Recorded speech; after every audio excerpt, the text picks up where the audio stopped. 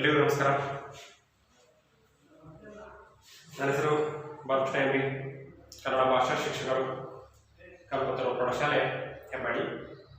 ಮಕ್ಕಳೇ, ತಮ್ಮೆಲ್ಲರೂ ಕೂಡ ಇವತ್ತಿನ ಆನ್ಲೈನ್ ತರಗತಿ ಶಿಕ್ಷಣ ತರಗತಿಗೆ ಸ್ವಾಗತವನ್ನು ಕೊಡ್ತಾ, ಮಕ್ಕಳೇ, ಇವತ್ತಿನ ತರಗತಿಯಲ್ಲಿ ನಾನು 8ನೇ ತರಗತಿಗೆ ಸಂಬಂಧಪಟ್ಟ ಹಾಗೆ ವ್ಯಾಕರಣಕ್ಕೆ ಸಂಬಂಧಪಟ್ಟಂತಹ ವರ್ಣಮಾಲೆ, ವ್ಯಾಕರಣದಲ್ಲಿ ವರ್ಣಮಾಲೆಗೆ ಸಂಬಂಧಪಟ್ಟಂತಹ ವಿಚಾರವನ್ನು ತಿಳಿಸಲಿಕ್ಕೆ ಹೊರಟಿದ್ದೀನಿ.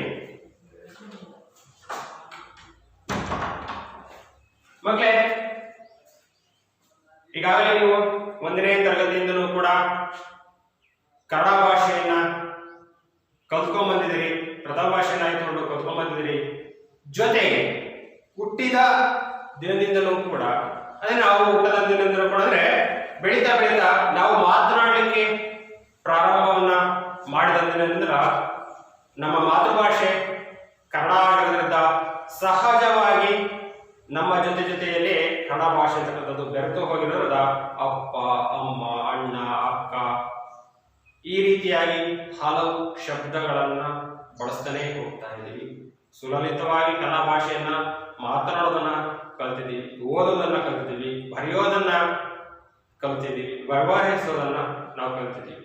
ಆದರೆ ಇಷ್ಟೆಲ್ಲ ಮಾತುಗಾರಿಕೆಗೆ, ಬರವಣಿಗೆಗೆ ಪೂರಕವಾಗಿರ್ತಕ್ಕಂತಹ ಭಾಷೆಯಾದಂತಹ ಕನ್ನಡ ಭಾಷೆ ಅಲ್ವಾ, ಅಂತಹ ಕನ್ನಡ ಭಾಷೆಯ ವ್ಯಾಕರಣದ ಬಗ್ಗೆ ತಿಳಿತಕ್ಕಂಥದ್ದು ಕೂಡ ಅತ್ಯಂತ ಅವಶ್ಯಕವಾಗಿರ್ತಕ್ಕಂತಹ ಅಂಶವಾಗಿದೆ.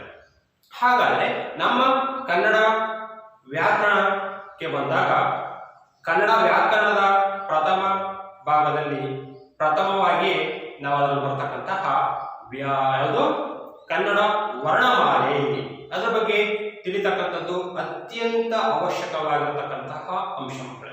ಯಾಕಂದ್ರೆ ಕನ್ನಡ ಭಾಷೆಯಲ್ಲಿ ಇಷ್ಟೆಲ್ಲ ಮಾತಾಡ್ತೀವಿ, ವ್ಯವಹರಿಸ್ತೀವಿ, ಬರಿತೀವಿ, ಓದ್ತೀವಿ, ಎಲ್ಲನೂ ಮಾಡ್ತೀವಿ ಅಂದಾಗ ಕನ್ನಡ ಭಾಷೆಯಲ್ಲಿ ಎಷ್ಟು ಅಕ್ಷರಗಳಿದ್ದಾವೆ, ಎಷ್ಟು ವಿಭಾಗಗಳು ಬರ್ತವೆ, ಯಾವ ಯಾವ ವಿಭಾಗಕ್ಕೆ ಎಷ್ಟೆಷ್ಟು ಅಕ್ಷರಗಳು ಬರ್ತವೆ, ಅವೆಲ್ಲ ತಿಳಿತಕ್ಕಂಥದ್ದು ಅತ್ಯಂತ ಕನ್ನಡಿಗರಾದಂತಹ ನಾವುಗಳು ಅತ್ಯಂತ ಅತ್ಯಗತ್ಯವಾಗಿರ್ತಕ್ಕಂತಹ ಅಂಶಗಳು. ಹಾಗಾದ್ರೆ ಅಂತಹ ಎಷ್ಟು ಕನ್ನಡ ವರ್ಣಮಾಲೆಯಲ್ಲಿ ಎಷ್ಟು ಅಕ್ಷರ ಇದ್ದಾವೆ, ಅವು ಯಾವ್ಯಾವು, ಎಷ್ಟು ಪ್ರಕಾರ ಬರ್ತವೆ ಅನ್ನೋ ಎಲ್ಲಾ ವಿಚಾರಗಳನ್ನ ಇವತ್ತಿನ ತರಗತಿಯಲ್ಲಿ ತಿಳ್ಕೊಳ್ಳೋಣ ಮಕ್ಕಳೇ. ಕನ್ನಡ ವರ್ಣಮಾಲೆ ವರ್ಣ ಅಂದ್ರೆ ಅಕ್ಷರ, ವರ್ಣ ಅಂದ್ರೆ ಅಕ್ಷರ ಅಂತಕ್ಕಂಥ ಒಂದು ಅರ್ಥ ಬರುತ್ತೆ ಮಕ್ಕಳೇ. ಅಕ್ಷರ ಮಾಲೆ ಅಂತಲೂ ಕೂಡ ಕರೀಬಹುದು, ವರ್ಣಮಾಲೆ ಅಂತಲೂ ಕೂಡ ಕರೀಬಹುದು ಮಕ್ಕಳೇ. ಇಂತಹ ವರ್ಣಮಾಲೆಯಲ್ಲಿ ಸುಮಾರು ಎಷ್ಟು ಅಕ್ಷರಗಳಿದ್ದಾವೆ ಅಂತಂದಾಗ 49. ಮಕ್ಕಳೇ, ನಿಮ್ಗೆ ಕನ್ಫ್ಯೂಸ್ ಆಗಬಹುದು, ಕನ್ನಡ ಅಕ್ಷರ ಕನ್ನಡ ಸಂಖ್ಯೆ ಇದು ಇಂಗ್ಲಿಷ್ ಆಂಗ್ಲ ಭಾಷೆಯ ಸಂಖ್ಯೆ. ಹಾಗಾಗಿ ಕನ್ನಡ ಸಂಖ್ಯೆಗಳನ್ನ ಬಹುಬೇಗ ಕೆಲವರು ಕಲ್ತಿರ್ತೀರಿ, ಕೆಲವರು ಕಲ್ತಿರಲ್ಲ. ಹಾಗಾಗಿ 8ನೇ ತರಗತಿಯಲ್ಲಿ ತದನಂತರದಲ್ಲಿ ಹಂತವಾಗಿ ಕಲಿಸ್ತಾ ಹೋಗ್ತಿರುತ್ತೆ. ಜೊತೆಗೆ ಇನ್ನೊಂದು ಹಾಗಾಗಿ ಈ ಒಂದು ಆಂಗ್ಲ ಭಾಷೆಯ ಸಂಖ್ಯೆಗಳನ್ನೇ ನಾನು ಬರೀತಾ ಹೋಗ್ತೀನಿ. ಕನ್ಫ್ಯೂಷನ್ ಸಹ ಆಗಲ್ಲ. ನೆಕ್ಸ್ಟ್ ಮುಂದಿನ ತರಗತಿಯಲ್ಲಿ ಈ ಕನ್ನಡ ಸಂಖ್ಯೆಗಳ ಬಗ್ಗೆ ಕೂಡ ತಿಳಿಸ್ತಿರುತ್ತೆ ಮಕ್ಕಳೇ. ಒಟ್ಟು 49 ಅಕ್ಷರಗಳಿವೆ.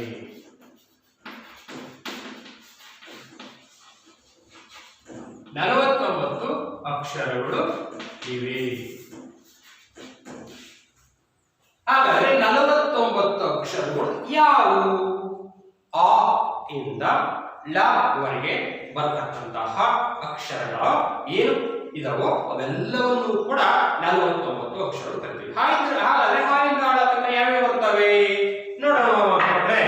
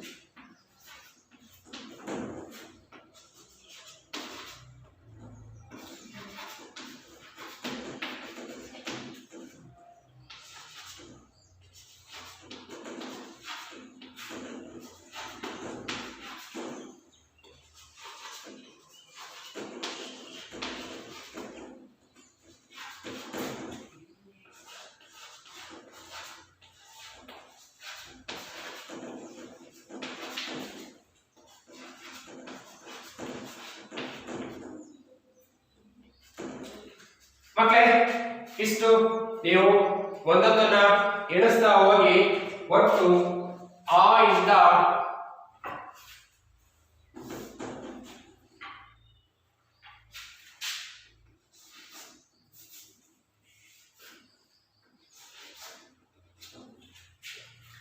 ಆಯಿಂದ ಪ್ರಾರಂಭಗೊಂಡು ಳ ಅಂತ್ಯದಲ್ಲಿ ಬರೆಯಲ್ಪಟ್ಟಂತಹ ಳ ಅಂತಕ್ಕಂತಹ ಅಕ್ಷರ ಒಳಗೆ ಸುಮಾರು 49 ಅಕ್ಷರಗಳಿವೆ. ಸ್ವಲ್ಪ ಮೇಲ್ಭಾಗದಲ್ಲಿ ಬರ್ತದೆ ಮಕ್ಕಳೇ, ಇದನ್ನ 49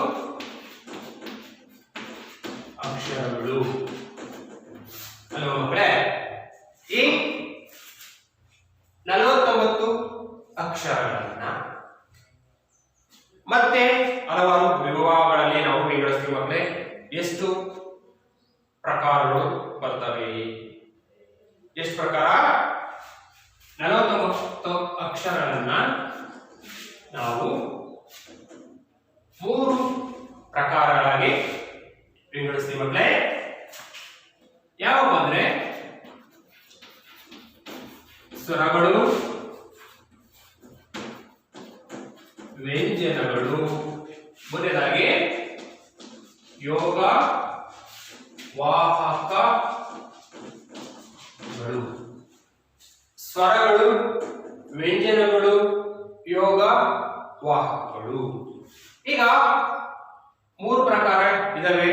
ಆ 3 ಪ್ರಕಾರಗಳಲ್ಲಿ ಒಂದೊಂದು ಪ್ರಕಾರಗಳನ್ನ ವಿವರವಾಗಿ ಅಧ್ಯಯನವನ್ನ ನಾವು ಮಾಡುತ್ತಾ ಹೋಗೋಣ. ಈಗ ಸ್ವರ ಏನಿದು? ಸ್ವರ ಸ್ವರ ಅಂದ್ರೆ ಮಕ್ಕಳೇ ಬಹಳ ಸಿಂಪಲ್, ಈಸಿ ಇದೆ. ಸ್ವತಂತ್ರವಾಗಿ ಉಚ್ಚರಿಸಲ್ಪಡುವ ಅಕ್ಷರಗಳನ್ನ ಸ್ವರಗಳು ಅಂತ ಕರೀತಾರೆ. ಸ್ವತಂತ್ರವಾಗಿ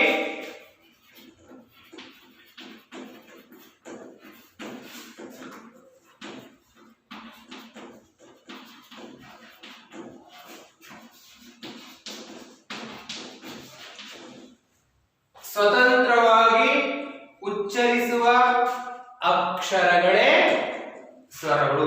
ಈ ಅಕ್ಷರಗಳಿಗೆ ಯಾವ ಅಕ್ಷರದ ಸಹಾಯ ಬೇಕಾಗಿಲ್ಲ. ಇವು ಇಂಡಿಪೆಂಡೆಂಟ್ ಅಂತ ಕರೀಬಹುದು, ಸ್ವತಂತ್ರರು.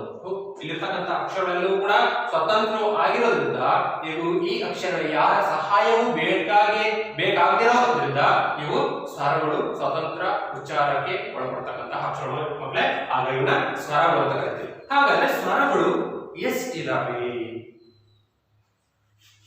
ಮಕ್ಕಳೇ? 13 ಸ್ವರಗಳಿದಾವೆ. ಯಾವ್ಯಾವು? ಆ ಇಂದ ಅವು ತನಕ ಎಣಿಸಿ ನೋಡೋಣ. 1 2 3 4 5 6 7 8 9 10 11 12 13 ಅಲ್ವಾ ಮಕ್ಕಳೇ? 13 ಅಕ್ಷರಗಳು ಸ್ವರಗಳಾಗ್ತವೆ. ಸ್ವತಂತ್ರವಾಗಿ ಉಚ್ಚಾರ ಮಾಡತಕ್ಕಂತಹ ಸ್ವರಗಳು ಏನಿದೋ ಅಂತಹ ಸ್ವರಗಳ ಸಂಖ್ಯೆ ಎಷ್ಟಿದೆಯಪ್ಪ ಅಂದ್ರೆ 13.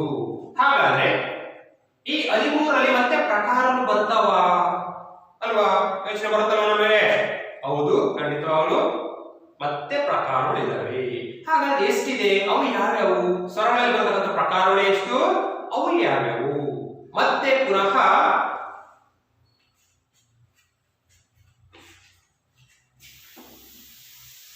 ಅದನ್ನು ತಿಳಿಸ್ತೀನಿ. 3 ಪ್ರಕಾರಗಳು ಬರ್ತವೆ. ಯಾವ್ಯಾವ 3 ಪ್ರಕಾರಗಳು? ಒಂದು ಹ್ರಸ್ವ ಸ್ವರ, ಎರಡನೇದು ದೀರ್ಘ ಸ್ವರ, ಮೂರನೇದು ಪ್ಲುತ ಸ್ವರ.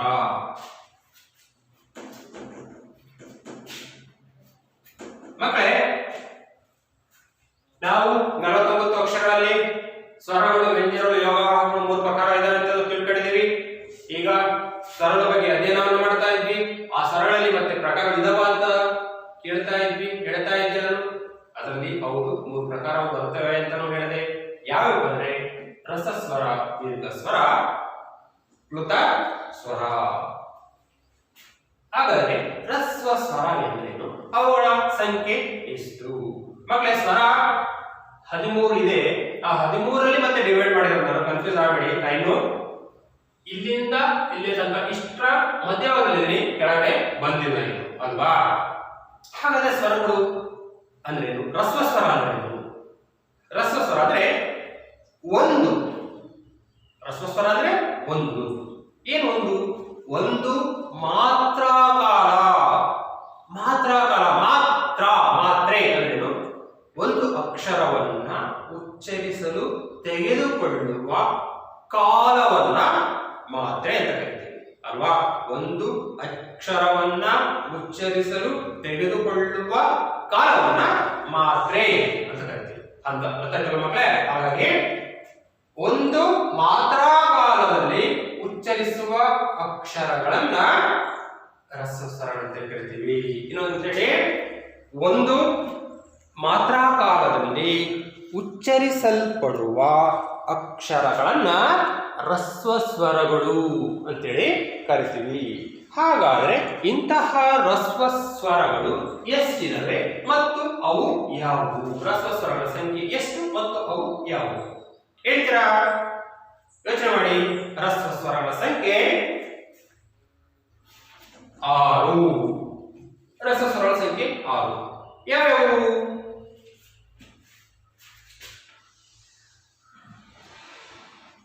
ನಾನು ರೌಂಡ್ ಅಪ್ ಆಗ್ತಾ ಹೋಗ್ತೀನಿ ಮಕ್ಕಳೇ.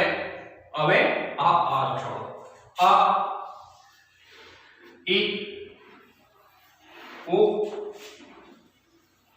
ರು, ಮತ್ತೆ ಎ, ಮತ್ತೆ ಓ.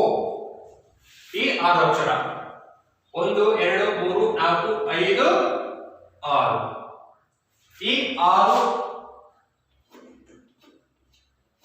ಈ 6 ಅಕ್ಷರಗಳನ್ನ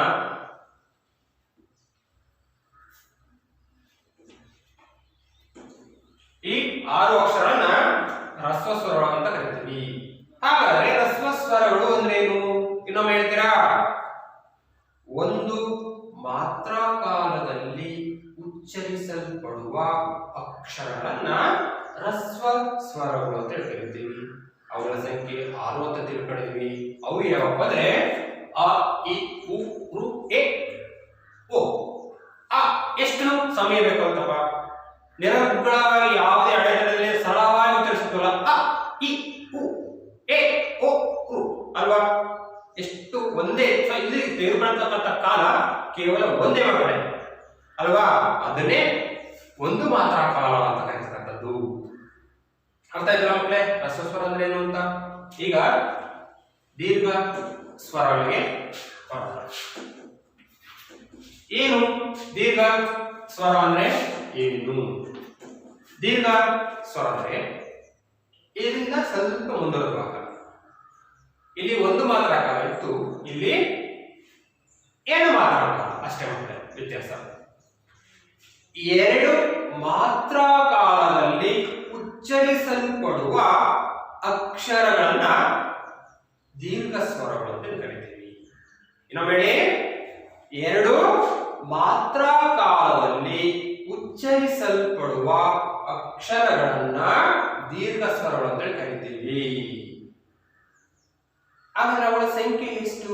ಅವು ಯಾವ್ಯಾವು? ಅವುಗಳ ಸಂಖ್ಯೆ 7. ಆದರೆ ಯಾವ್ಯಾವ ಅವು? ನಾನು ರೈಟ್ ಮಾರ್ಕ್ ಹಾಕ್ತೀನಿ ನೋಡಿ ಮಕ್ಕಳೇ. ಆ ಈ ತರ ಯಾವ ತೋರಿಸ್ತೀನಿ. ಈ, ಊ, ಅಲ್ಲಿಂದ ಎ, ಅಲ್ಲಿಂದ ಐ, ಓ ಮತ್ತೆ ಔ. ಒಟ್ಟು ಎಷ್ಟಾಯ್ತು? ಆ, ಇ, ಉ, ಎ, ಐ, ಓ, ಔ. ಇವೆಲ್ಲವೂ ಕೂಡ ನೋಡಿ 1 2 3 4 5 6 7 ಅಕ್ಷರಗಳು ಆದವು. ಈ 7 ಅಕ್ಷರಗಳನ್ನ ದೀರ್ಘ ಸ್ವರಗಳು ಅಂದ್ರೆ ದೀರ್ಘ ಎಷ್ಟು?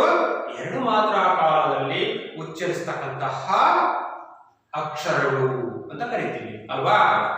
ನೋಡ್ರಿ ಇಲ್ಲಿ ಅ ಅಷ್ಟೇ ಇತ್ತು, ಆದ್ರೆ ಇಲ್ಲಿ ಸ್ವಲ್ಪ ಉಚ್ಚಾರಣೆ ಬದಲಾಯಿತು.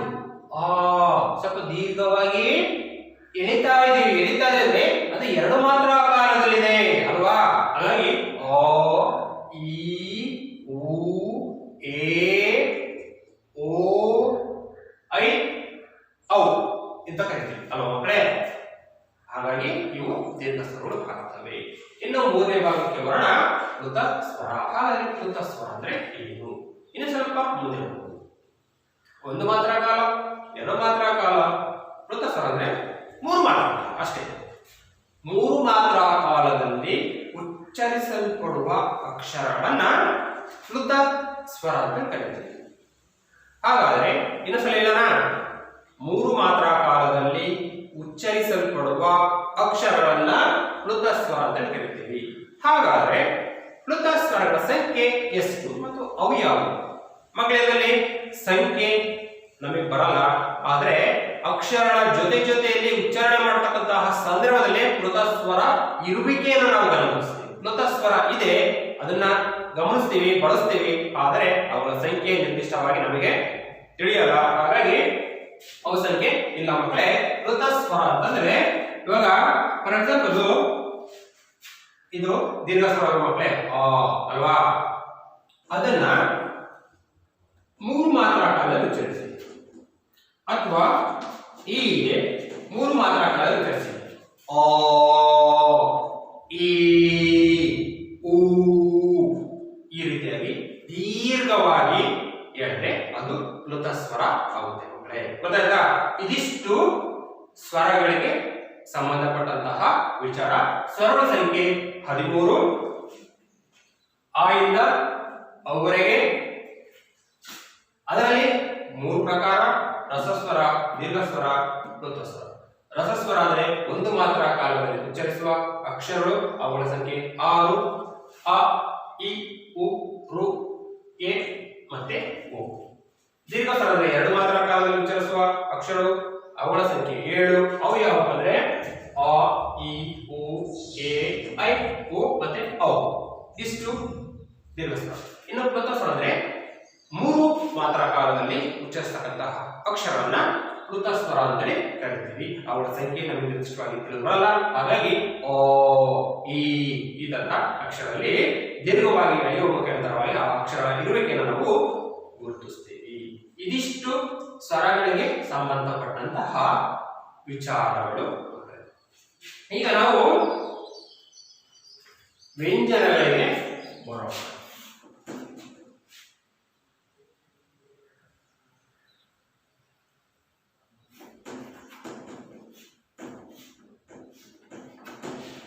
ವ್ಯಂಜನಗಳು ಎಷ್ಟಿದಾವೆ? ಅವರ ವ್ಯಂಜನಗಳು ಒಂದ್ರೇನು ಅಂತ ಫಸ್ಟ್ ತಿಳ್ಕೋಣ, ಅವುಗಳ ಸಂಖ್ಯೆ ತಿಳ್ಕೋಣ, ಆಮೇಲೆ ಎಷ್ಟು ಪ್ರಕಾರ ಅನ್ನೋದನ್ನ ನಾವು ತಿಳ್ಕೋಣ. ವ್ಯಂಜನಗಳು ಅಂದ್ರೆ ಈ ಸ್ವರಗಳು ಎಂದ್ರೇನಂತ ನಾವು ತಿಳ್ಕೊಂಡಿದ್ದೀವಿ. ಏನ್ ಸ್ವರಗಳು ಅಂದ್ರೆ ಸ್ವತಂತ್ರವಾಗಿ ಉಚ್ಚರಿಸಲ್ಪಡುವ ಅಕ್ಷರಗಳನ್ನ ಸ್ವರಗಳು ಅಂತ ಹೇಳ್ತೀವಿ. ಹಾಗಾದ್ರೆ ವ್ಯಂಜನಗಳು ಅಂದ್ರೆ ಯಾವುದಾದರೂ ಒಂದು ಅಕ್ಷರದ ಸಹಾಯದಿಂದ ಉಚ್ಚರಿಸತಕ್ಕಂತಹ ಅಕ್ಷರಗಳನ್ನ ವ್ಯಂಜನಗಳು ಅಂತ ಕರಿತೀವಿ. ಇನ್ನೊಂದು ಹೇಳ್ತೀರಾ? ಯಾವುದಾದರೂ ಒಂದು ಅಕ್ಷರದ ಸಹಾಯದಿಂದ ಉಚ್ಚರಿಸತಕ್ಕಂತಹ ಅಕ್ಷರಗಳನ್ನ ವ್ಯಂಜನಗಳು ಅಂತ ಹೇಳಿ ಕರಿತೀವಿ. ಆ ತರದ ಹಾಗಾದ್ರೆ ವ್ಯಂಜನಗಳ ಸಂಖ್ಯೆ ಎಷ್ಟು ಅಂದ್ರೆ 34. ಎಷ್ಟಿದೆ? 34 ವ್ಯಂಜನಗಳ ಸಂಖ್ಯೆ. ನೋಡಿ ಮಕ್ಕಳೇ, ಇಲ್ಲಿಂದ ಕಾಯಿಂದ ಲಾವರೆಗೆ, ಈ ಕಾಯಿಂದ ಲಾವರೆಗೆ ಬರ್ತಕ್ಕಂತಹ 34 ಅಕ್ಷರಗಳನ್ನ ವ್ಯಂಜನಗಳು ಅಂತೇಳಿ ಕರಿತೀವಿ. ಫಾರ್ ಎಕ್ಸಾಂಪಲ್ ಇದು ಕ.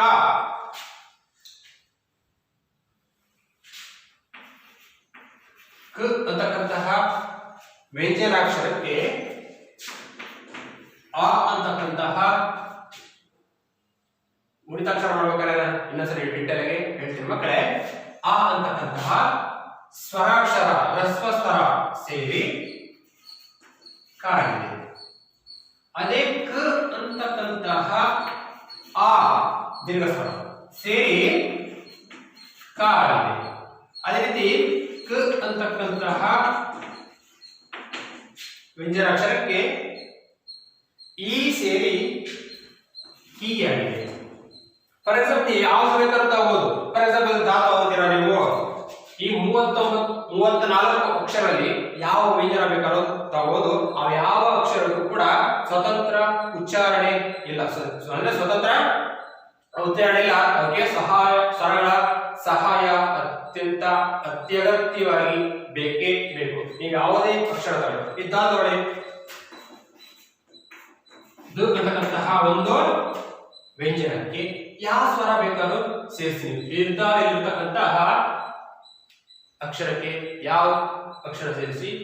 ಇವಾಗ ಓ ತಗೊಳ್ಳಿ, ದು ಓ ಇಕ್ವಲ್ ಟು ದೋ ಆಯ್ತು. ಅರ್ಥ ಆಯ್ತಲ್ಲ ಮಕ್ಕಳೇ? ಇದನ್ನ ಇನ್ನೊಂದು ಕ್ಲಾಸ್ ಅಲ್ಲಿ ಗುಣಿತಾಕ್ಷರ ಮತ್ತು ಸಂಯುಕ್ತಾಕ್ಷರ ಮಾಡ್ತಕ್ಕಂತಹ ಸಂದರ್ಭದಲ್ಲಿ ಡಿಟೇಲ್ ಆಗಿ ವಿವರವಾಗಿ ತಿಳಿಸಿರುತ್ತೆ ಮಕ್ಕಳೇ. ವ್ಯಾಕರಣಕ್ಕೆ ವರ್ಣಮಾಲೆಗೆ ಬರೋಣ.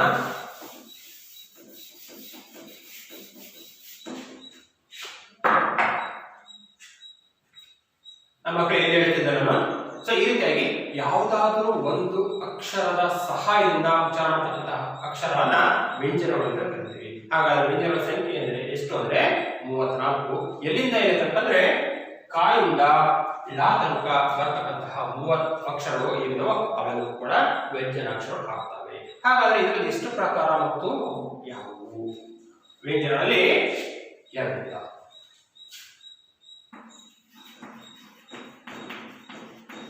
ವರ್ಗೀಯ ವ್ಯಂಜನ,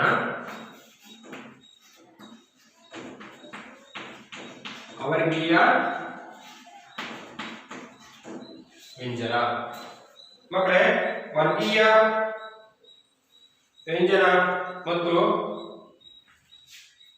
ಅವರ್ಗೀಯ ವ್ಯಂಜನ ಅಂತಕ್ಕಂತಹ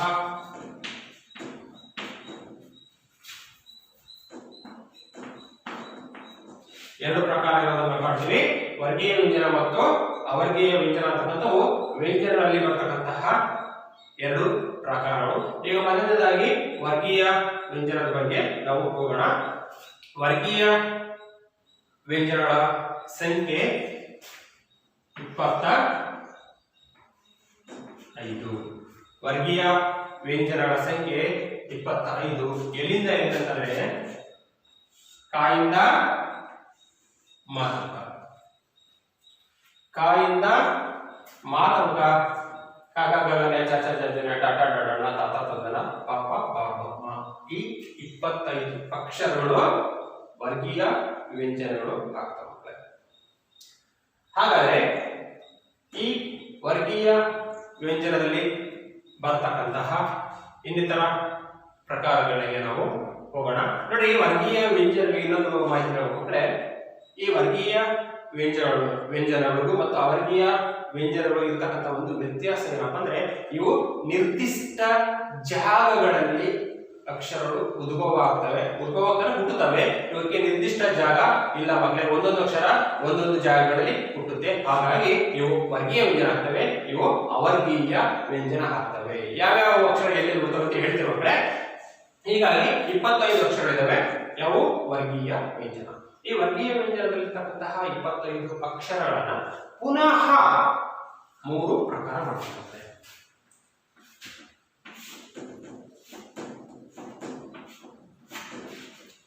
ಪುನಃ ಈ ವರ್ಗೀಯ ವ್ಯಂಜನಗಳನ್ನ 3 ಪ್ರಕಾರ ಮಾಡ್ತೀವಿ. ಅವು ಯಾವಪ್ಪ ಅಂದ್ರೆ,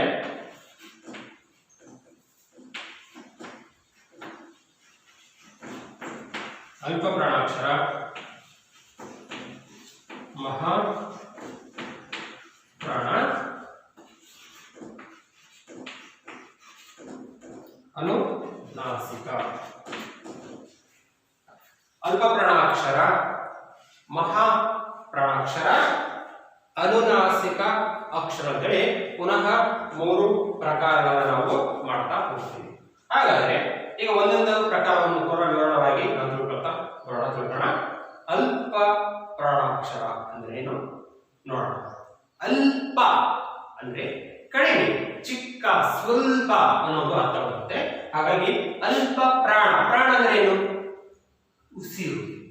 ಪ್ರಾಣ ಅಂದ್ರೆ ಉಸಿರು ಅಂತ ಒಂದು ಅರ್ಥ ಬರುತ್ತೆ. ಹಾಗಾಗಿ ಅಲ್ಪ ಅಂದ್ರೆ ಕಡಿಮೆ, ಪ್ರಾಣ ಅಂದ್ರೆ ಉಸಿರು. ಅಂದ್ರೆ ಕಡಿಮೆ ಉಸಿರಿನಿಂದ ಉಚ್ಚರಿಸತಕ್ಕಂತಹ ಅಕ್ಷರಗಳನ್ನ ಅಲ್ಪ ಪ್ರಾಣಾಕ್ಷರ ಅಂತ ಕರಿತೀವಿ. ಕಡಿಮೆ ಉಸಿರಿನಿಂದ ಉಚ್ಚರಿಸತಕ್ಕಂತಹ ಅಕ್ಷರಗಳನ್ನ ಅಲ್ಪ ಪ್ರಾಣಾಕ್ಷರ ಅಂತ ಕರಿತೀವಿ. ಇನ್ನೊಂದ್ಸರಿ ಹೇಳಿ, ಕಡಿಮೆ ಉಸಿರಿನಿಂದ ಉಚ್ಚರಿಸತಕ್ಕಂತಹ ಅಕ್ಷರಗಳನ್ನ ಅಲ್ಪ ಪ್ರಾಣಾಕ್ಷರ ಅಂತ ಕರಿತೀವಿ. ಹಾಗಾದ್ರೆ ಅವುಗಳ ಸಂಖ್ಯೆ ಎಷ್ಟು ಮತ್ತು ಯಾರು? ಅವುಗಳ ಸಂಖ್ಯೆ 10. ಯಾವ್ಯಾವ ಅಂದ್ರೆ ವರ್ಗೀಯ ವ್ಯಂಜನದ ಮೊದಲ ವರ್ಗೀಯ ವ್ಯಂಜನದ ಮೊದಲ ಮತ್ತು ಮೂರನೇ ಸಾಲಿನ ಅಕ್ಷರಗಳು ವರ್ಗೀಯ ವ್ಯಂಜನದ ಪ್ರಥಮ ಮತ್ತು ಮೂರನೇ ಅಕ್ಷರಗಳು ಅಲ್ಪ ಪ್ರಾಣ ಅಕ್ಷರ ಆಗ್ತವಂತೆ. ನೋಡೋಣ ಅವು ಯಾವಂದ್ರೆ ಕ,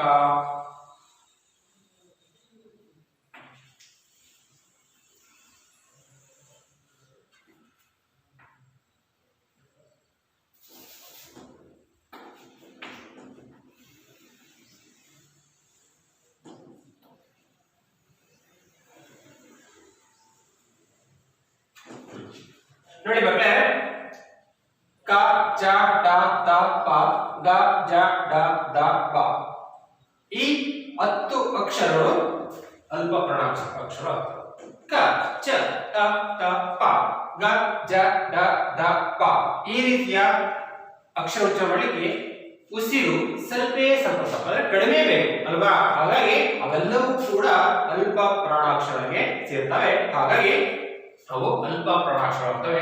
ಯಾವಪ್ಪ ಅಂದ್ರೆ ಅವು ಹತ್ತಿರವೇ ಕ ಚ ಡ ತ ಪ ಮತ್ತು ಗ ಜ ಡ ದ ಪ ಅಂತಕ್ಕಂಥ ಅಕ್ಷರಗಳು. ಇನ್ನು ಮಹಾಪ್ರಾಣ ಅಕ್ಷರಗಳಿಗೆ ಹೋಗೋಣ. ಮಹಾಪ್ರಾಣ ಅಂದ್ರೆ ಏನು? ಇದರ ಸ್ವಲ್ಪ ಆಪೋಸಿಟ್, ಸ್ವಲ್ಪ ಪ್ರಾರಂಭದಲ್ಲಿ ಒಂದು ಪದ ಅಷ್ಟೇ. ಏನಪ್ಪ ಅಂದ್ರೆ ಇದು ಕಡಿಮೆ ಉಸಿರು, ಇದು ಹೆಚ್ಚು ಉಸಿರು. ಕಡಿಮೆ ಹೆಚ್ಚು, ಕಡಿಮೆ ಹೆಚ್ಚು. ಹೆಚ್ಚು ಉಸಿರಿನಿಂದ ಉಸಿರು ಗೊತ್ತಲ್ಲ? ಹೆಚ್ಚು ಉಸಿರಿನಿಂದ ಉಚ್ಚರಿಸಲ್ಪಡ್ತಕ್ಕಂತಹ ಅಕ್ಷರಗಳನ್ನ ಮಹಾಪ್ರಾಣಾಕ್ಷರ ಅಂತ ಕರೀತೀವಿ. ಹೆಚ್ಚು ಉಸಿರಿನಿಂದ ಉಚ್ಚರಿಸತಕ್ಕಂತಹ ಅಕ್ಷರಗಳನ್ನ ಮಹಾಪ್ರಾಣಾಕ್ಷರಗಳು ಅಂತ ಕರಿತೀವಿ. ಅವುಗಳ ಸಂಖ್ಯೆ 15. ಅವುಗಳ ಸಂಖ್ಯೆ ಎಷ್ಟಪ್ಪ ಅಂದ್ರೆ 10. ಅಲ್ಪ ಪ್ರಾಣಾಕ್ಷರಗಳು ಸಂಖ್ಯೆ ಕೂಡ 10, ಮಹಾಪ್ರಾಣಾಕ್ಷರಗಳು ಕೂಡ 10. ಹಾಗಾದ್ರೆ ಯಾವ್ಯಾವು ಅಂತಂದ್ರೆ ನೋಡಿ ಮಕ್ಕಳೇ, ಈ ಸಾಲು ಮತ್ತೆ ಈ ಸಾಲು.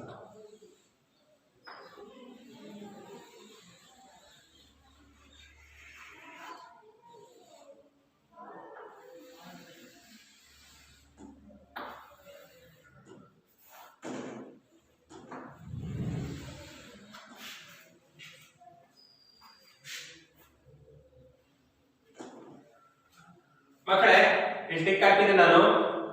ಖ ಛ ಠ ಥ ಫ ಘ ಛ ಠ ಫ ಫ ಈ ಅಕ್ಷರಗಳನ್ನ ಮಹಾಪ್ರಾಣಾಕ್ಷರ ಅಂತ ಕರೀತೇವೆ. ಅಲ್ಪ ಪ್ರಾಣಾಕ್ಷರಗಳು ವರ್ಗೀಯ ವ್ಯಂಜನದ ಪ್ರಥಮ ಮತ್ತು ಮೂರನೇ ಸಾಲಿನ ಅಕ್ಷರಗಳಾಗಿದ್ದರೆ, ಮಹಾಪ್ರಾಣಾಕ್ಷರಗಳು ಅದೇ ವರ್ಗೀಯ ವ್ಯಂಜನದ 2 ಮತ್ತು 4ನೇ ಸಾಲಿನ 10 ಅಕ್ಷರಗಳನ್ನ ಮಹಾಪ್ರಾಣಾಕ್ಷರ ಅಂತಲೇ ಕರಿತೀವಿ. ಹಾಗಾದ್ರೆ ಅನುನಾಸಿಕ. ನಾಸಿಕ ಅಂದ್ರೆ ಏನು ಅದನ್ನೇ ತಿಳ್ಕೊಳ್ಳೋಣ. ನಾಸಿಕ ಅಂದ್ರೆ ಏನು? ನಾಸಿಕ ಅಂದ್ರೆ ಮೂಗು. ಏನು? ನಾಸಿಕ ಅಂದ್ರೆ ಮೂಗು. ಅಂದ್ರೆ ಸಿಂಪಲ್. ಅನುನಾಸಿಕ ಅಂದ್ರೆ ಮೂಗಿನ ಸಹಾಯದಿಂದ ಉಚ್ಚರಿಸತಕ್ಕಂತಹ ಅಕ್ಷರಗಳನ್ನ ಅನುನಾಸಿಕ ಅಕ್ಷರ ಅಂತ ಕರಿತೀವಿ. ಏನಂದ್ರೆ ಮೂಗಿನ ಸಹಾಯದಿಂದ ಉಚ್ಚರಿಸತಕ್ಕಂತಹ ಅಕ್ಷರಗಳನ್ನ ಅನುನಾಸಿಕ ಅಕ್ಷರ ಅಂತ ಕರಿತೀವಿ. ಅವುಗಳ ಸಂಖ್ಯೆ ಎಷ್ಟಪ್ಪ ಇದೆ ಅಂದ್ರೆ 5. ಅನುನಾಸಿಕ ಅಕ್ಷರಗಳ ಸಂಖ್ಯೆ 5. ಅವು ಯಾವಪ್ಪ ಅಂದ್ರೆ ಇದು ನ್ಯ ನ್ಯ ನ ನ ಮ ನ್ಯ ನ್ಯ ನ ನ ಮ ಈ 5 ಅಕ್ಷರಗಳನ್ನ ಅನುನಾಸಿಕ ಅಕ್ಷರ ಅಂತ ಕರಿತೀವಿ.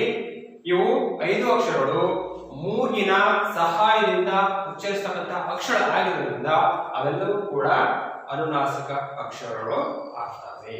ಇದಿಷ್ಟು ವರ್ಗೀಯ ವ್ಯಂಜನಗಳಿಗೆ ಸಂಬಂಧಪಟ್ಟಂತ ವಿವರಣೆ. ಮತ್ತೆ ಇನ್ನೊಂದಿದೆ, ನಾನು ಹೇಳಿದೆ ಇವಕ್ಕೆ ನಿರ್ದಿಷ್ಟವಾದಂತಹ ಸ್ಥಳ ಅಂದ್ರೆ ಅವು ಹುಟ್ಟತಕ್ಕಂತಹ ಉಚ್ಚಾರಣೆ ಮಾಡತಕ್ಕಂತಹ ಸಂದರ್ಭದಲ್ಲಿ ಅವು ಎಲ್ಲೆಲ್ಲಿ ಯಾವ ಸಹಾಯವನ್ನು ಪಡ್ಕೊಳ್ತವೆ ಅನ್ನೋ ಒಂದು ನಿರ್ದಿಷ್ಟ ಜಾಗ ಇದೆ ಅಂತ ಹೇಳಿದ್ರೆ, ಹಾಗಾದ್ರೆ ಯಾವ್ಯಾವ ಅಕ್ಷರ ಇಲ್ಲಿ ಹುಟ್ಟುತ್ತೆ ಅಂತ ನಾವು ನೋಡೋಣ. ನೋಡಿ ಮಕ್ಕಳೇ, ಇಲ್ಲಿ ಬರ್ತಕ್ಕಂತಹ ಕ ಚ ಟ ತ ಪ ಅಂತಕ್ಕಂಥ 5 ವರ್ಗೀಯ ವ್ಯಂಜನಗಳ ಗುಂಪು ಇದೆಯೋ, ಆ ಒಂದೊಂದು ವರ್ಗೀಯ ವ್ಯಂಜನದ ಗುಂಪು ಕೂಡ ಒಂದೊಂದು ಸ್ಥಳವನ್ನ ಸಹಾಯಕ್ಕೆ ಪಡ್ಕೊಳ್ಳುತ್ತೆ. ಆ ಸ್ಥಳದ ಸಹಾಯದಿಂದ ಆ 5 ವರ್ಗೀಯ ವ್ಯಂಜನಗಳ ಗುಂಪು ಏನಾಗುತ್ತೆ, ಉಚ್ಚಾರ ಮಾಡಲಿಕ್ಕೆ ಪ್ರಾರಂಭವನ್ನು ಮಾಡ್ತವೆ. ಹಾಗಾದ್ರೆ ಯಾವುದೇ ಎಲ್ಲೆಲ್ಲಿ ಉಚ್ಚಾರ ಮಾಡುತ್ತೆ ಆಗುತ್ತೆ ಸಹಾಯ ಪಡ್ಕೊಳ್ಳುತ್ತೆ ಅನ್ನೋದನ್ನ ನಾವು ನೋಡೋಣ. ನೋಡ್ರಿ, ಕ ವರ್ಗ,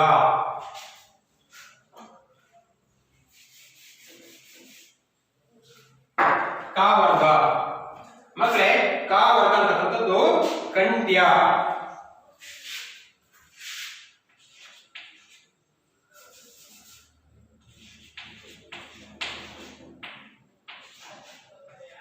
ಕಂಠ್ಯ ಅಂದ್ರೇನು ಇದು ಅಲ್ವಾ?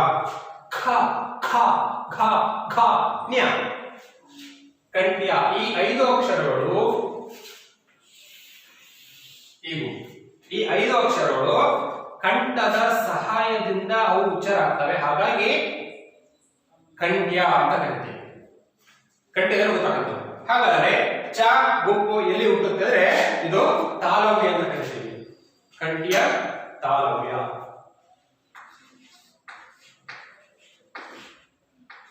ತಾಲವ್ಯ. ಈ 5 ಗುಂಪುಗಳು ಕ ಸರಿ ಚ ಛ ಛ ಛ ನ್ಯ ಈ 5 ಅಕ್ಷರಗಳು ಎಲ್ಲಿರುತ್ತವೆ ಅಂದ್ರೆ ತಾಲವ್ಯ ಅಂದ್ರೆ ದವಡೆಯ ಮೇಲ್ಭಾಗದಲ್ಲಿ ಇರ್ತಕ್ಕಂತಹ ಅಕ್ಷರ ಆಗ್ತವೆ ಮಕ್ಕಳೇ. ದವಡೆಯ ಸಹಾಯದಿಂದ ಈ 5 ಅಕ್ಷರಗಳು ಹುಟ್ಟೋದ್ರಿಂದ ಅವು ತಾಲವ್ಯ ಆಗ್ತವೆ. ತಾಲವ್ಯ ಅಷ್ಟೇ ಕನ್ಫ್ಯೂಸ್ ಮಾಡ್ಕೊಬೇಡಿ, ದವಡೆಯ ಮೇಲ್ಭಾಗ ಇರುತ್ತಲ್ಲ ಅದನ್ನ ತಾಲವ್ಯ ಅಂತ ಕರಿತೀವಿ. ಇನ್ನು ಚ ಎಲ್ಲಿ ಹುಟ್ಟುತ್ತೆ ಅಂದ್ರೆ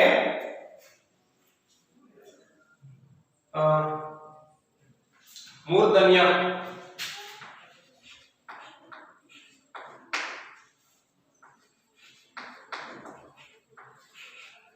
ಮೂರ್ಧನ್ಯ ಅಂದ್ರೆ ಮೂರ್ಧನ್ಯ ಅಂತಂದ್ರೆ ನಾಲಿಗೆಯನ್ನ ಹಿಂದೆ ಚಾಚಿ ಬಾಯಿಯ ಮೇಲ್ಭಾಗದಲ್ಲಿ ಸ್ಪರ್ಶಿಸಿದಾಗ ಉಚ್ಚಾರ ಮಾಡತಕ್ಕಂತಹ ಅಕ್ಷರಗಳು.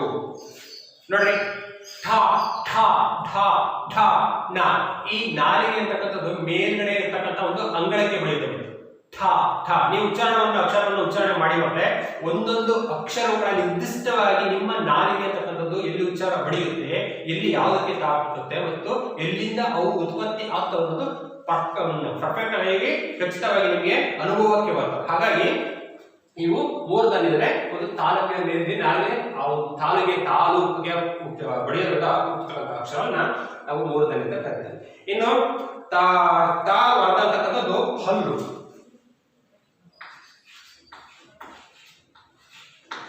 ದಂತಿ ಅಂದ್ರೆ ಹಲ್ಲು, ಹಲ್ಲಿನ ಸಹಾಯದಿಂದ ಉಚ್ಚಾರ ಮಾಡತಕ್ಕಂತಹ ಅಕ್ಷರಗಳು ತಾ ಗುಂಪು. ಯಾಕಂದ್ರೆ ನೋಡಿ, ತ ಥ ಧ ಧ ನ ಈ ನಾಲಿಗೆ ಅಂತಕ್ಕಂಥದ್ದು ನಮ್ಮ ಹಲ್ಲಿನ ಭಾಗಕ್ಕೆ ಹೊಡಿತಾ ಇದೆ. ತ ತ ದ ದ ನ ಅಲ್ವಾ? ಸೊ ಹಲ್ಲಿನ ಸಹಾಯ ಬೇಕಾಗಿತ್ತು, ಹಾಗಾಗಿ ಅವು ದಂತ್ಯ ಆಗ್ತವೆ. ಹಾಗಾಗಿ ನೆಕ್ಸ್ಟ್ ಪರ್ಯಾಯ ಅಂದ್ರೆ ಓಸ್ತ್ಯ.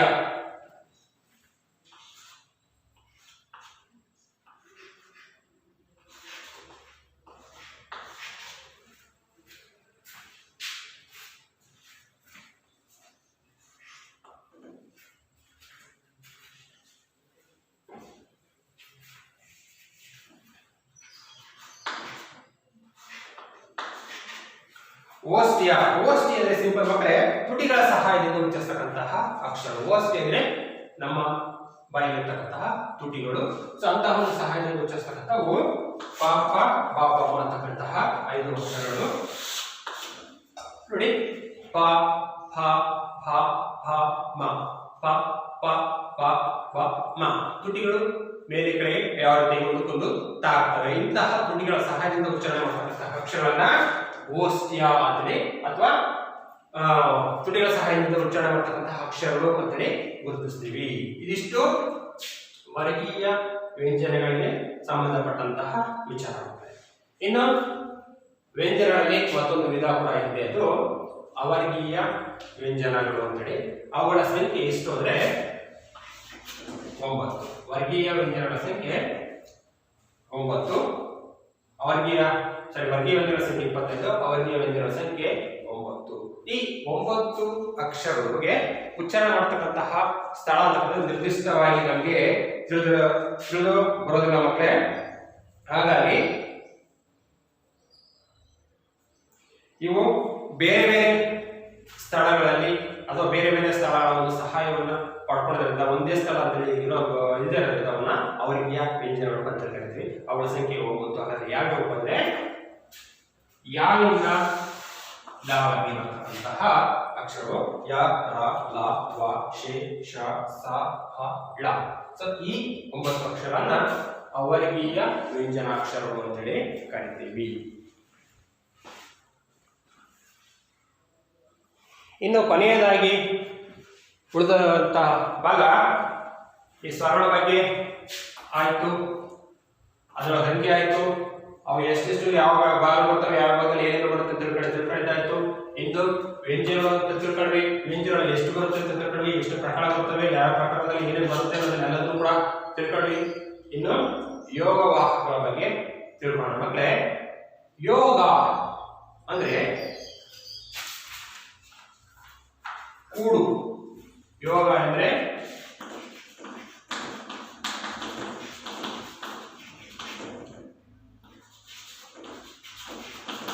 ಯೋಗ ಎಂದರೆ ಕೂಡು ಅಂತ ಅರ್ಥ. ಅಂದ್ರೆ ವಾಹ ಅಥವಾ ವಾಹಕ ಅಂದ್ರೆ ಹೋಗುವ.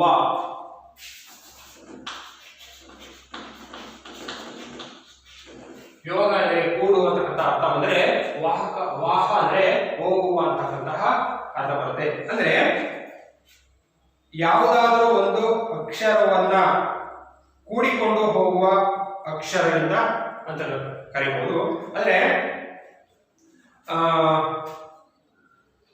ಯೋಗವಾಹ ಎಂದರೆ ಕೂಡಿ ಹೋಗುವ, ಅಂದ್ರೆ ಬೇರೆ ಬೇರೆ ಬೇರೆ ಅಕ್ಷರಗಳ ಜೊತೆಯಲ್ಲಿ ಮಾತ್ರ ಉಚ್ಚರಿಸಬಹುದಾದ ಅಕ್ಷರ ಅಂತ ಇದರಲ್ಲಿ ಬುಕ್ ಹಾಕೊಂಡಿದೆ. ಅದಕ್ಕಿಂತ ಹೇಳಬೇಕಾದ್ರೆ ಇನ್ನು ಕ್ಲಿಯರ್ ಆಗಿ ಯಾವುದಾದರೂ ಒಂದು ಅಕ್ಷರದ ಸಹಾಯದಿಂದ ಅಥವಾ ಯಾವುದಾದರೂ ಒಂದು ಅಕ್ಷರದಿಂದ ಸಂಬಂಧದ ಸಹಾಯದಿಂದ ಹೋಗ್ತಕ್ಕಂತಹ ಅಕ್ಷರವನ್ನ ಯೋಗ ವಾಹಕಗಳು ಅಂತೇಳಿ ಕರೀಬಹುದು ಮಕ್ಕಳೇ.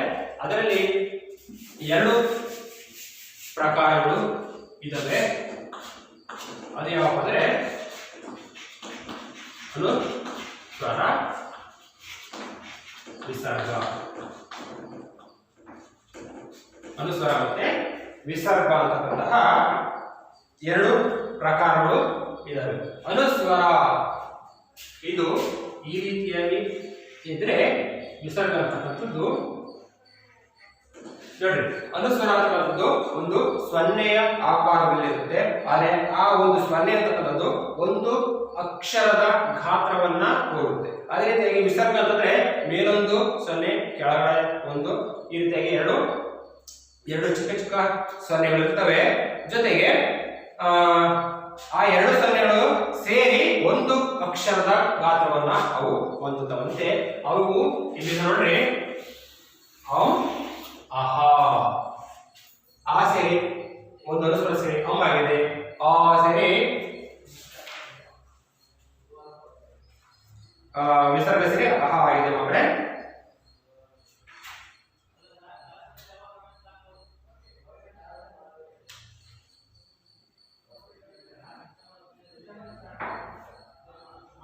ಮಕ್ಕಳೇ ಅದಕ್ಕೊಂದು ಎಕ್ಸಾಂಪಲ್ ಕೊಡಬೇಕಾದ್ರೆ